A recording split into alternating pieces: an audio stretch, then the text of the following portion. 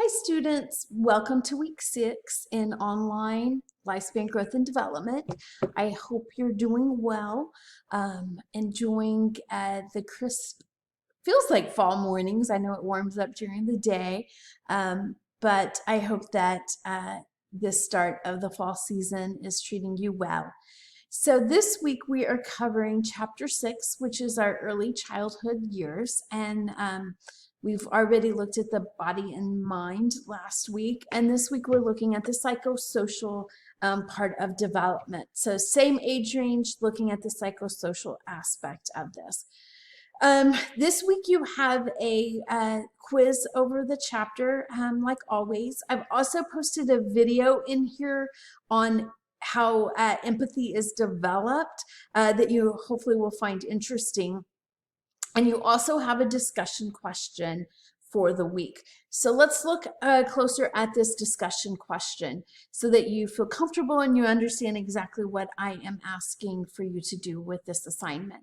So this will meet your learning outcome number 6. What you're doing here is basically looking at the pros and cons of bilingual education. And so you'll have a case study that I want you to read. So that case study is right here.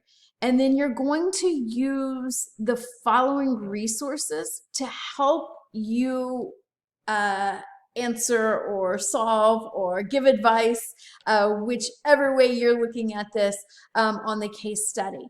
So in chapter 5, specifically focusing on, these pages right here will help you with the language learning to understand that part of it. I have posted the link to a TED Ed video that will show you the benefits of a bilingual brain. And then looking at another video that talks about or actually, sorry, I think this is an article here, looking at bilingual and how that protects against some age-related cognitive changes that we see throughout the lifespan, and some more information down here. I won't go through each one, but you get the idea. You can see that they are hyperlinked, so you can easily go right to the source, but go through all of these resources so that you feel better prepared to respond to that case study. So again, the case study is this part right here. And then what I want in your initial post is to have at least 3 paragraphs. It can be as long as you want, but at least 3 paragraphs where you're addressing these areas. So in paragraph 1, you're going to tell us what happens when a child learns language, like what is going on cognitively with that. Make sure that you answer what is a sensitive period for learning language. Your book will help you greatly with this. And describe why early childhood is the best time to learn a second language. So you'll receive this information from reading the chapter that we're currently in. You'll find that addressed in your book, as well as the above resources will help with this.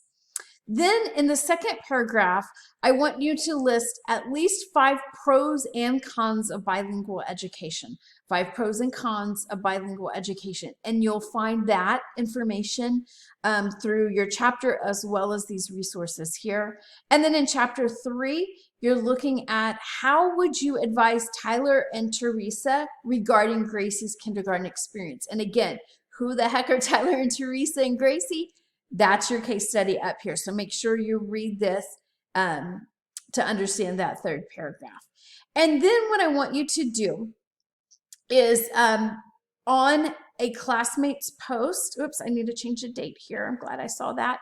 On your classmate's post, I want you to make one comment that gives additional information on a topic that's different from what you wrote about in your paper. So don't repost your paper on your classmates' discussion, but respond to what they've said, how they've answered these questions.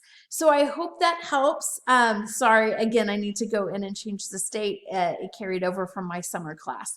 So I hope you have fun learning more about bilingual education. I hope you have enjoy and learn a great deal from this chapter on psychosocial development in the preschool age. As always, have a wonderful week. And if you have any questions whatsoever, do not hesitate to reach out to me.